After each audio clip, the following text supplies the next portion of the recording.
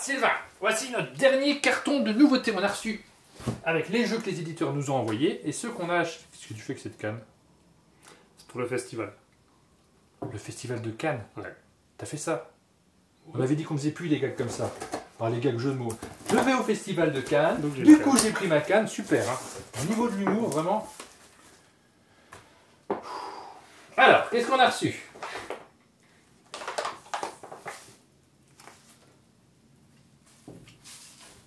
Du sucre de canne. Non. Il n'y en a plus? C'est fini? Bon, en dehors de ces excellents gags, qu'est-ce qu'on a dans le carton?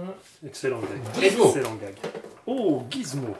C'est un jeu qui était assez attendu. Ouais. J'en ai entendu parler assez souvent bien, avec une comparaison avec Splendor notamment. Il y a eu beaucoup de jeux de ce type-là qui sont sortis récemment, c'est-à-dire des jeux avec très peu d'actions possibles à chaque tour. Là, on a 4 actions possibles qui sont résumées sur le Ton petit plateau individuel. Et un temps de partie assez court. Et donc l'idée du thème, c'est que la fête de la science va commencer. Chaque joueur va incarner un scientifique qui va essayer de construire le bidule le plus important, le meilleur bidule. Donc Gizmo, ça veut dire bidule. Ça veut dire bidule dans quelle langue, ça, Gizmo? C'est en anglais. C'est en anglais, ça veut dire bidule? Je crois, j'ai pas vérifié. Donc dans les Gizmo dans les Gremlins. Ouais, je sais il pas. l'appelle Gizmo comme nous on aurait appelé bidule. Je savais pas Est-ce du tout que ça ça. s'écrit Je pensais pareil? que c'était son nom, moi. Est-ce que ça s'écrit pareil? Oui, je crois. D'accord. Sur la table, on a différents bidules qui sont posés, de niveaux différents, niveau 2, niveau 3, niveau 1. C'est ça. Les 1 sont les plus faciles à construire, les Les moins 3 chers. sont les plus compliqués. Si on en construit 4 des 3, on provoque la fin du jeu. Ou si on en construit 16 au total. Si on en construit Tout 16 au confondu. total, nous c'est comme ça qu'on a gagné dans la précédente partie que nous avons fait. On a construit 16 machines. Je vais en mettre un. Et ça va assez en vite. On n'a pas le temps de faire tant de choses que ça. Pour construire 4 machines, il faut vraiment avoir une stratégie efficace. Par exemple, Et- là, sur celui que j'ai mis en zoom, excuse-moi, celui que j'ai mis en zoom par exemple, là il y a marqué un rouge, ça veut dire qu'il faut que j'ai une bille de couleur rouge pour pouvoir l'acheter. Voilà.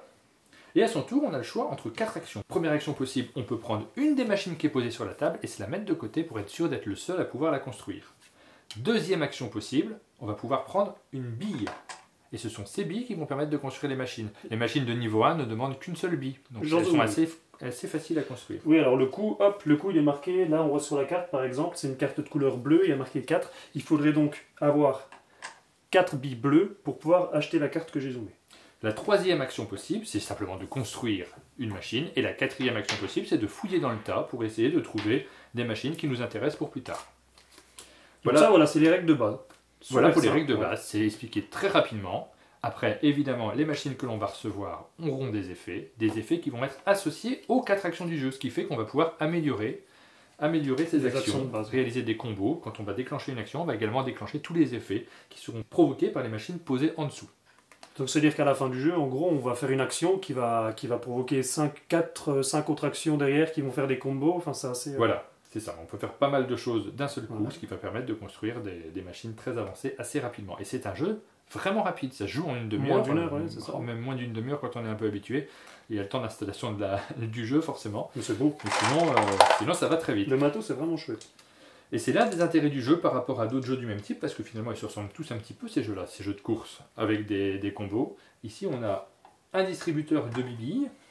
Des Et, bibis. et- oui. C'est mignon les bibis. Non, le matos, c'est vraiment beau. Le jeu est bien. Ah, bah ça, c'est un jeu que j'ai adoré. Un jeu que j'aimais beaucoup et que j'arrivais pas à vendre, je n'arrivais pas à le proposer aux joueurs autour de moi, c'est Pictomania. Un jeu de dessin, mais Ouais, voilà. pas que un jeu de dessin. C'est un Non. jeu de dessin.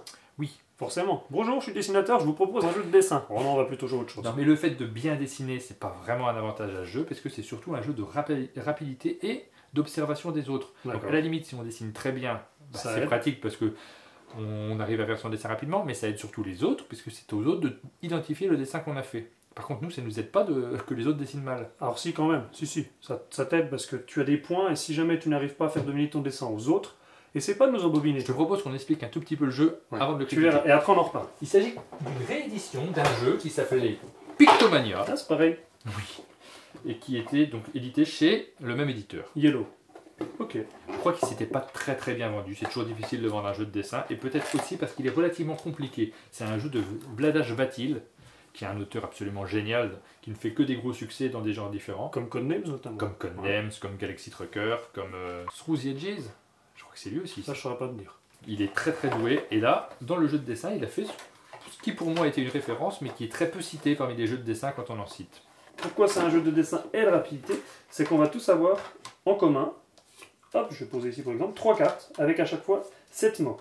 Ça, c'est la première simplification par rapport au jeu d'avant. Il y avait Avant, 6 il y avait cartes. 2 fois plus, il y avait 6 cartes, 21 mots, donc il y avait 42 mots au total. Donc c'était beaucoup plus compliqué. Là, aujourd'hui, il ne propose plus que 21 mots, donc 3 cartes. Comment ça marche? Chaque joueur va recevoir un chiffre et une lettre. Par exemple, si j'ai le B5, c'est-à-dire que moi, je devrais faire deviner le mot numéro 5 de la carte B. Sachant que sur chacune des cartes, on a toujours des petites similitudes entre les différents mots pour pouvoir piéger les autres. Donc oui, ça, oui, c'est vraiment très des bien mots pensé. des dessins vont se ressembler a priori. Donc c'est pas ça. si évident que ça de trouver quel est le mot qui est en train d'être dessiné. Donc tout le monde a accès à ces mots, tout le monde les voit, ils sont posés au milieu de la table, et tout le monde voit également les dessins qu'on est en train de réaliser. Cette fois-ci, c'est sur des feuilles. Ouais. Dans le numéro précédent, dans le précédent jeu, c'était des ardoises sur lesquelles on dessinait avec des feutres. Et donc, chaque joueur va avoir le mot qu'il doit faire deviner, donc secrètement. Ensuite, on lance le top départ. Chaque joueur va devoir dessiner rapidement le mot qu'il doit faire deviner sur sa feuille. Une fois qu'il considère qu'il a terminé, il va également observer le dessin des autres joueurs pour rapidement voter. Par exemple, si je pense que toi, c'est le mot aigle, c'est le mot numéro 4, ben, devant toi, je vais poser la carte numéro 4. Ensuite, il faut voter comme ça pour tous les autres. Et quand je considère que j'ai fini, j'arrête mon tour en prenant une petite tuile bonus qui me rapportera des points en fin de partie, donc en fin de tour. Une fois qu'on a tous fini de dessiner, une fois qu'on a tous fini ce tour-là, on va passer à la phase de révélation, la phase de scoring. Donc la phase de scoring, et c'est pour ça que je reviens sur ce que tu disais tout à l'heure, c'est que tu vas marquer des points si tu as trouvé le bon dessin des autres joueurs, mais tu vas également marquer des points ou éviter d'en perdre, parce que si des joueurs trouvent ton dessin, eh bien, à ces joueurs-là, tu vas leur donner des petits jetons que tu as toi de ton côté, ce sera des points pour eux. Mais si par contre, imagine moi je me suis trompé, j'ai pas trouvé ton dessin, tu ne me donnes pas de jetons, le jeton tu le gardes devant toi, eh bien à la fin, quand tu vas devoir compter les points, tu vas compter les points que tu as gagnés, mais tu vas soustraire les points que tu auras gardés devant toi parce que tu ne les auras pas distribués aux autres joueurs. Oui. C'est en ça que le jeu est très malin.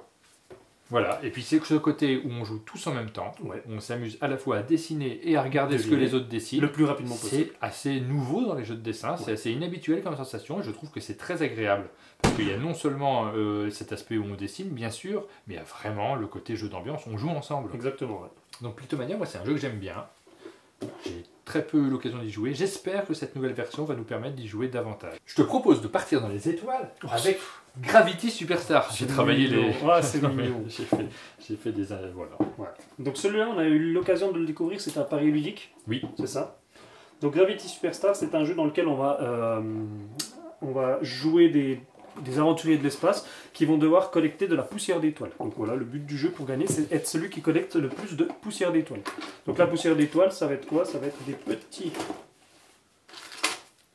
T'as vu quand même ce sac à l'intérieur? Ça brille, non? Puis écoute le bruit que ça fait, c'est beau. On a rarement du matériel comme ça. Donc la poussière d'étoiles, c'est quoi? C'est ces petites étoiles qu'on a là, qui vont être disposées sur un plateau. Un plateau qui va être composé... Alors ça dépend du nombre de joueurs, mais si on est à 2, par exemple, ce sera 2 plateaux. Si on joue à plus, ça pourra aller jusqu'à 3 ou 4 joueurs, ce sera 4. Et si ensuite on joue à 5 ou 6, ce sera les 6 plateaux. Et c'est donc entièrement modulable. C'est ça. Donc, comment ça marche? C'est très simple, c'est un jeu, selon l'auteur, il le présente un petit peu comme un mix entre un Mario et un Pac-Man. Plateau, pourquoi? Parce qu'on va avoir un petit côté jeu de plateforme, on va devoir sauter d'une case à l'autre. Et le côté Pac-Man, parce qu'en fait, on va devoir récupérer sur notre passage ces différentes étoiles. Au début d'un tour, mon meeple va apparaître ici par une porte, et je vais avoir en main des cartes actions. Je vais avoir 5 cartes qui vont représenter 4 actions. Alors la première action possible, c'est tu peux simplement traverser le sol sur lequel tu es. Voilà. Et donc on tombe jusqu'en bas. Tu reviens par le haut. Par l'autre côté. Voilà. Et donc il y a une forme de gravité très particulière, puisqu'on passe d'un côté, on repasse de l'autre. C'est ça la force du jeu. Et imaginons là, il y avait une étoile ici. Si en tombant, tu passes sur cette étoile, eh bien, tu la récoltes. C'est ce qui est le but du jeu pour gagner des points. Ça, c'est la première action. Deuxième action, tu fais simplement un petit pas de côté. Un pas de côté, et après, évidemment, après tu tombes. C'est ça. Troisième action possible, une rotation de ton personnage. Alors, oui, tu parles du saut, d'accord. Donc, troisième action possible, le saut. Tu fais un saut de côté, comme ça, pour éviter notamment un mur. Oui. Et après, c'est toujours pareil, tu tombes. On retombe, parce que la gravité fonctionne toujours. Et là, tu retomberais ici. On retomberait là-haut. Voilà. Et la dernière action possible, tu peux faire une rotation de ton personnage. Donc, s'il est comme ça, tu fais une rotation, par exemple, comme ça. Et bien, à ce moment-là, tu tombes et tu remontes par ici. La cinquième action, c'est un joker qui te permet de refaire l'une des quatre actions. À ton tour de jeu, tu peux aussi décider de passer ton tour pour reprendre toutes tes cartes en main. Ou alors, si tu as plutôt bien joué ta main, une fois que tu as joué toutes tes cartes, si tu n'as plus de cartes en main à ton début de jeu, automatiquement tu les récupères. Reprends et tu gagnes un tour. Ça t'évite de passer un tour. Voilà. Et donc voilà, ce qui m'a vraiment plu quand on avait découvert ce jeu, c'est vraiment ce côté jouer avec la gravité. Donc voilà, ça fait partie de ces jeux qui sont encore une fois pas compliqués. Je trouve très immersif dans l'ambiance, dans ce côté vraiment thème où tu joues sur la gravité. C'est vraiment ce qui m'avait plu. Et je pense que le côté un petit peu Mario, Pac-Man, c'est pas anodin le fait que j'aime ce genre de jeu puisque je suis quand même un gros joueur de jeux vidéo. En voyant les règles comme ça, on a l'impression que c'est un jeu qui est très très cérébral, où on va se creuser la cervelle pour faire les bonnes actions, mais c'est pas du tout le cas. Puisque surtout quand on joue à 4, entre chaque tour, entre le moment où notre tour revient, les autres joueurs ont pu changer complètement le plateau de jeu, il va falloir s'adapter, il y a énormément d'opportunisme. On peut difficilement anticiper complètement ce qui va se passer avant que son tour revienne. C'est peut-être un peu moins le cas à 2, mais nous on l'a joué à 4. Et cet aspect-là en crée aussi un jeu d'ambiance, parce qu'on va s'écraser, on va avoir des interactions. Ça je l'ai pas dit, mais si un joueur te tombe dessus, ton pion il est éjecté, ton jeton est éjecté, donc c'est assez rigolo aussi comme... Voilà, donc il y a une certaine ambiance autour de la table, il y a de l'opportunisme, et c'est un jeu plus léger qu'il n'y paraît si on le décrit comme ça. C'est pas du tout Ricochet Robot, par exemple. Ah oui, non, très cérébral. Ça n'a rien à voir, d'accord, oui. Donc voilà, c'est un bon petit jeu qui paraît chez Sit Down. Ils ont 2 bons jeux là qui sortent en ce moment. Bad Bones qu'on avait présenté dans un précédent carton, et donc Gravity Star. Et ils sortent tous les deux en même temps. Ok, Gravity Superstar. C'est ça. Ah, voilà un petit jeu que nous a envoyé Matago. Il s'agit de Port-Royal, un jeu de cartes. C'est ça. Un jeu d'Alexander Pfister. Qui a fait notamment. Qui a fait Mombasa, qui a fait l'excellent Great Western Trail. Ah oui, donc il fait du plus gros jeu. Là, c'est plus léger quand même. Oui. Il y en a quelques-uns des petits jeux comme ça. C'est pas le premier qui nous sort dans ce type-là. Port-Royal, on le connaît depuis un moment, puisqu'il était paru déjà en langue étrangère. Moi, je l'avais acheté en langue étrangère. Il était ressorti chez Matago en langue française il y a quelques années maintenant. Et là, il le réédite. D'accord. Oui, ils rééditent toute leur petite gamme de petits jeux comme ça. Il y en a d'autres qui sont sortis. Dragon de Bruno Felluti, Santo Domingo également, qui ressemble parce que le matériel est très proche.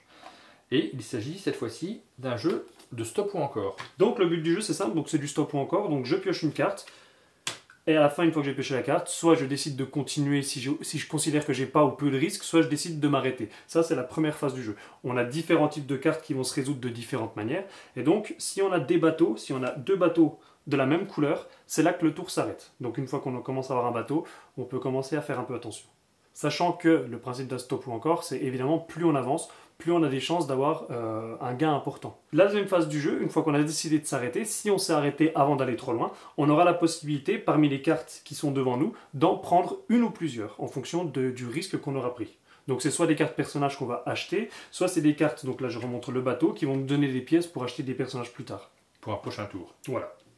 Et évidemment, certaines cartes personnages que l'on va acheter vont enrichir les actions de jeu. C'est ça. Au début, on peut juste prendre une carte, mais certains personnages vont nous autoriser à en prendre plusieurs. Certains personnages vont nous donner davantage de revenus. Ou nous permettre de gagner les cartes objectifs, qui sont un des objectifs du jeu. J'en cherche une. Il y a dans le jeu certaines cartes qui nécessitent des ressources que l'on va poser devant soi. Et si on les a posées, on pourra les acheter et remporter la partie avant l'adversaire. Le but du jeu étant d'avoir 12 points de victoire avant son adversaire. J'en cherche. Voilà. Donc ça, c'est une carte objectif. Je le vois. Donc c'est un petit jeu très simple. C'est un stop ou encore très malin parce que finalement on va améliorer sa main. Il y a un petit côté quand même de progression qui est toujours sympathique quand on commence un jeu avec des ressources, des capacités limitées qui vont s'améliorer au fil de la partie. On a toujours cette petite phase de progression qui fait qu'on prend du plaisir à jouer. Et ce côté course au point de victoire, je trouve ça très bien dans ce type de jeu parce que quand tu commences à voir que le joueur à côté il a 8 points et il en faut 12, tu te dis bon, si je veux essayer de gagner, il faut peut-être que je prenne des risques. Donc là où normalement tu aurais dit j'arrête là, tu continues, au lieu de stopper, tu fais encore. C'est ce qui crée l'ambiance autour de la table. Ouais. Parce que forcément, les adversaires vont pousser un joueur à aller trop loin. Vas-y, continue. C'est toujours rigolo. Oui. Et puis, on va se moquer de ceux qui ne vont pas assez loin aussi. Il nous reste un dernier jeu, et c'est une curiosité. Il s'agit de 7 matchs. Je gère un petit peu la communication du Festival de Cannes, et j'ai vu qu'il y avait ce jeu qui était annoncé sur l'espace Nouveau Talent. Un jeu de rugby. Un jeu de tennis. Un jeu de tennis. Donc une vraie curiosité qu'on pourra donc découvrir à Cannes. J'espère que cette vidéo sera diffusée avant, si vous avez envie d'y aller. Et j'ai eu envie d'y jouer, donc je l'ai commandé sur un obscur site, pas du tout obscur, mais un site de tennis, visiblement, qui vendait du matériel de tennis, et qui vendait donc ce jeu-là également. Alors comme au tennis, si vous connaissez les règles de base, on va faire des sets qui se découpent en jeux. Là, il y aura moins de jeux qu'un vrai set de tennis qui se dispute en 6 jeux. Là, on nous en demande que 3. C'est déjà bien. C'est déjà pas mal. Et chaque jeu, bah, il va falloir marquer des points. Être le premier à dépasser 40. 0 points au départ, après 15, 30, 40. Si jamais les deux joueurs sont à 40, on passe à l'avantage. Donc c'est vraiment les règles de tennis. On va montrer, c'est plus simple. Donc c'est un petit jeu de pichenette. Tu l'as dit que c'est un jeu de pichenette? C'est un jeu de pichenette, oui, c'est tout con. Le joueur qui sert se place au début du terrain, tout à fait normalement. Il tape la balle 3 fois sur le sol. Hein. Tu es au tennis, mais... Il va devoir servir en diagonale, comme au tennis, dans le carré adverse, dans le carré de service. S'il y arrive, après son adversaire va pouvoir répondre. Je te montre. Là, je suis bien dans le carré, j'ai 1 point. Tu es arrivé sur le 1, sur la zone 1, donc tu marques aussitôt 1 point. Et là, sur le côté du terrain, nous avons une petite échelle sur laquelle on va pousser plus ou moins le marqueur jusqu'à atteindre la zone point. Si on arrive à atteindre la zone point, ça veut dire qu'on a réussi un coup gagnant, on marque un point, on avance dans le scoring. C'est un peu comme un jeu du tir à la corde dans lequel tu dois ramener vers toi, ou en l'occurrence là tu laisses. C'est exactement ça, c'est une sorte de tir à la corde pour marquer des points. Ici, la balle est dans la zone 1, donc j'ai 1 point. Tu as 1 point, mais tu n'as pas encore. Il faudrait que j'en ai encore 2. Donc c'est à mon tour de relancer. Je vais. Hop. Donc là tu as 0. Je suis sur le 0. Bien donc, joué. rien ne se passe, c'est à toi de jouer. Donc là si j'arrive à faire 2, je marque. Si tu arrives à faire 2, tu remportes ce point. Et j'ai fait 0. Donc c'est à moi de jouer. Il n'est pas question que. Hop, 1. Hop, 2. C'est bon, t'enflammes pas. Hein. Non, ça va. 1. Rien. À toi. Tu touches la ligne. Mais c'est pas Tant que tu touches la ligne, ça va, elle n'est pas dans le couloir. Il n'y a pas de problème. 1. 1. Si, c'est grave. Et voilà, ça c'est faute, bien joué. Donc, oui, là, mais tu mènes juste 15-0. Je marque 15-0, évidemment, oui. Et le but Deuxième pour gagner jeu, un jeu, c'est de... On va peut-être pas tout montrer. On va faire le 7.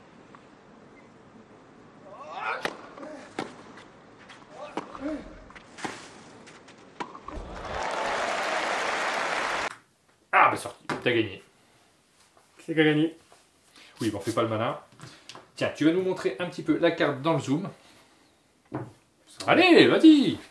Donc, 7 et match, c'est juste un jeu de pichenette. On s'amuse à faire des petites pichenettes. Et comme au tennis, on a ce système de points de 15, 30, 40, 0, que moi j'aime bien parce qu'il y a une petite tension qui se fait. Et surtout, comme au tennis, on n'a jamais perdu.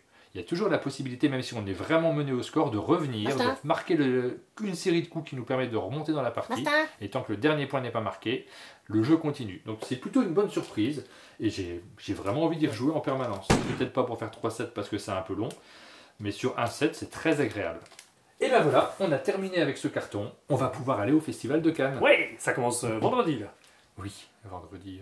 Parce qu'on a tourné un peu avant, donc c'est... Ouais. Là, normalement, le mercredi, jour de la diffusion de la vidéo. Alors, je ne suis pas sûr qu'il y ait une vidéo la semaine prochaine. Il y a de fortes chances qu'on n'ait pas le temps de faire de carton, puisqu'on sera à Cannes. C'est ça.